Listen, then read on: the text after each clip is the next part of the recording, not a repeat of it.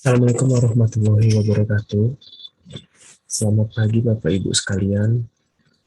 Berjumpa kembali bersama saya Eki Susanto yang mana saya mengampu mata kuliah konsep dasar di IPA di SD dengan kode PDJK 4103. Oke, pada kesempatan ini kita akan masuk pada mata kuliah makhluk hidup dan lingkungan.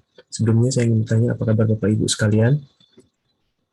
Oh baik, sehat ya. Oh ya, sebelum kita memulai, saya ingin menanyakan eh, untuk kolom LMS materi sudah di-download ya? Ya, dan sebelum dimulai, saya ingin menyampaikan bahwa nanti di akhir pertemuan kita akan melakukan tugas satu ya. Bapak Ibu bisa mengambil materi ujian ataupun soal ujian di kolom LMS di pertemuan ketiga setelah mata kuliah ini berlangsung. Oke, jelas ya. Baik. Saya ingin menyampaikan pada pertemuan ketiga ini kita akan memulai perkuliahan. Akan saya share screen materi.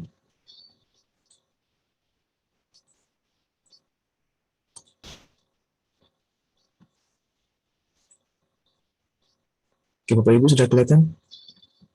Iya, baik. Oke, pada pertemuan ketiga ini kita masuk ke dalam materi makhluk hidup dan lingkungan. Adapun tujuan utama dari kita mempelajari mata kuliah atau capaian utama dari pembelajaran mata kuliah ini atau modul ini yaitu mahasiswa dapat menjelaskan makhluk hidup dan lingkungannya. Yang mana pada mata kuliah ini atau modul ini terbagi ke dalam dua kegiatan belajar. Yang pertama, tingkatan organisme dan ekosistem dan keanekaragaman hayati. Oke, saya sampaikan kembali kepada Bapak dan Ibu. Jadi apabila Bapak Ibu ada yang ingin bertanya, boleh dibuka secara langsung atau dapat menggunakan kolom chat di bagian bawah ya. Baik, kita mulai. Untuk kegiatan belajar pertama itu mengenai tingkatan organisme dan ekosistem. Ini dari gambar kita fokuskan ke gambar dulu ya Bapak Ibu. Lihat nih di gambar pada bagian individu nih. Individu ini hanya terdiri dari satu organisme. Nah, di pengertian individu adalah organisme yang berdiri sendiri. Nah, lalu naik kepada tingkatan populasi. Nah, populasi ini ada organisme, beberapa organisme tapi yang sejenis, yang sama. Lalu naik lagi ke tingkatannya di bagian komunitas, ini terdiri dari beberapa spesies, beberapa individu yang berbeda jenis, ada tumbuhan, ada hewan, hewan dan tumbuhannya beraneka ragam.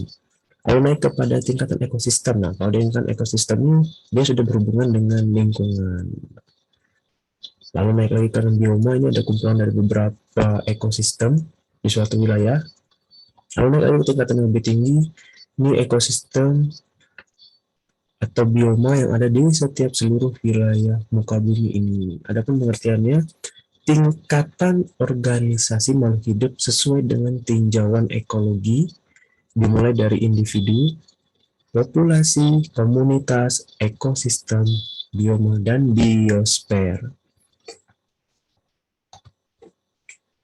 Oke, ini juga pada dasarnya ini sama tingkatan dalam suatu ekosistem atau yang tingkatan yang lebih detail lagi. Kalau itu secara sederhana ini secara detailnya Bapak Ibu itu dimulai dari tingkatan makhluk hidup yang paling rendah itu dimulai dari atom, naik ke molekul, sel, jaringan, organ, sistem organ, lalu organisme. Nah, organisme ini bisa dikatakan ke dalam individu ya. Individu naik ke bagian populasi, komunitas, ekosistem, dan biosfer. Nah, ini dari gambar ini dilihat dari tingkatan yang paling rendah. Itu dimulai dari atom. Atom adalah unit terkecil dari satuan makhluk hidup nih atom sampai ke tingkat yang paling tinggi itu ada biosfernya. Dari gambar Bapak ini, Bapak Ibu bisa lihat ini gambaran secara yang lebih mendetailnya ya. Baik, saya sampaikan nanti bisa dimanfaatkan kolom chatnya apabila Bapak Ibu ingin bertanya.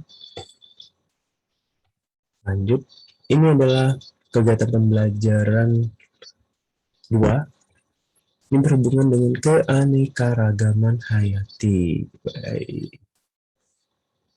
Keanekaragaman makhluk hidup itu lebih mudah dipahami dengan cara mengklasifikasian. Oke, pengklasifikasian makhluk hidup berdasarkan sistem 5 kingdom atau 5 kerajaan utama yang Bapak Ibu yang ketahui berdasarkan PMP konsep dasar IPA di SD. Itu ada Monera, Protista, Fungi, Plantae, dan Animalia. Terus, pada tahun 1707 sampai 1778 memperkenalkan cara pemberian nama jenis tumbuhan dan hewan dalam bahasa Latin atau dikenal dengan nama sistem binomial nomenklatur. Contohnya Oryza sativa dan Panthera tigris. Oke, dan dinamakan dengan binomial. Binomial itu dua, Bapak dan Ibu. Ini Oryza dan sativa. Oryza ini masuk ke dalam genus, sativa ini masuk ke dalam spesies.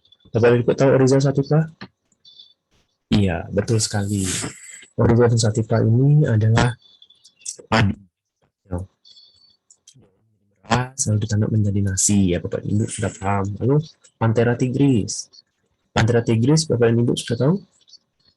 Ya, Panthera tigris ini adalah harimau. Harimau merupakan salah satu hewan endemik yang berada di Provinsi Bengkulu, bahkan di Sumatera. Yang kelangsungan hidupnya pada saat ini itu jadi kategori terancam punah ya karena pembukaan lahan, perburuan dan lain-lain. Nah, itu mengancam eksistensinya di wilayahnya. Itu sekian dari saya penjelasan mengenai keragaman hayati dan lingkungan ini, manusia dan lingkungan. Baik, silakan Bapak Ibu bagi yang ingin bertanya saya persilakan. Langsung juga boleh, melalui chat juga boleh. Oke.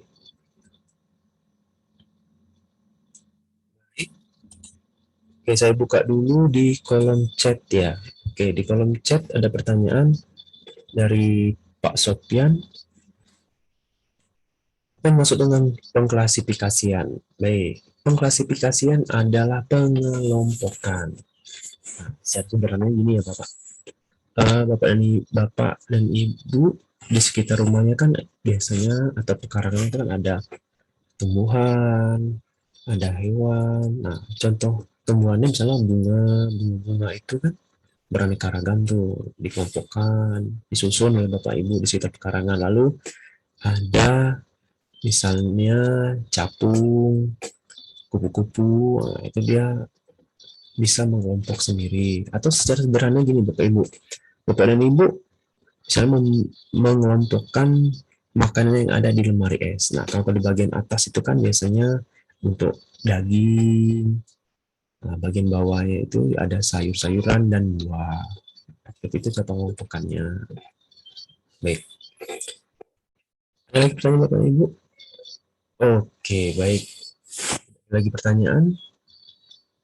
Oke, kalau tidak ada pertanyaan, saya simpulkan dari pelajaran kita hari ini bahwa eh, makhluk hidup dan lingkungan ini materinya itu terdiri dari dua kegiatan belajar. Yang pertama yaitu mengenai ekosistem, yang mana itu dimulai dari tingkatan yang paling bawah, itu dari atom sampai ke biosfer.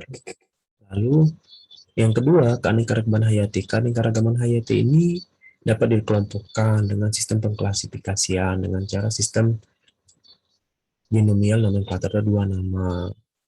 Pertama itu dari genus dan dari selanjutnya dari spesies. Baik, itu kesimpulan kita. Lalu saya menyampaikan bahwa di akhir mata kuliah ini saya menyampaikan pelajari modul 6 dan 7 yang untuk minggu depan. Lalu Bapak dan Ibu bisa mendownload soal ujian atau soal tugas tutorial 1 itu di sesi 3. Nanti saya beri waktu selama 5 hari, Bapak dan Ibu wajib mengumpulkannya melalui akun masing-masing dan akan saya periksa. Oke, tidak ada lagi pertanyaan? Baik, tidak lagi pertanyaan, saya akhiri. Wassalamualaikum warahmatullahi wabarakatuh. Sampai berjumpa kembali minggu depan. Terima kasih.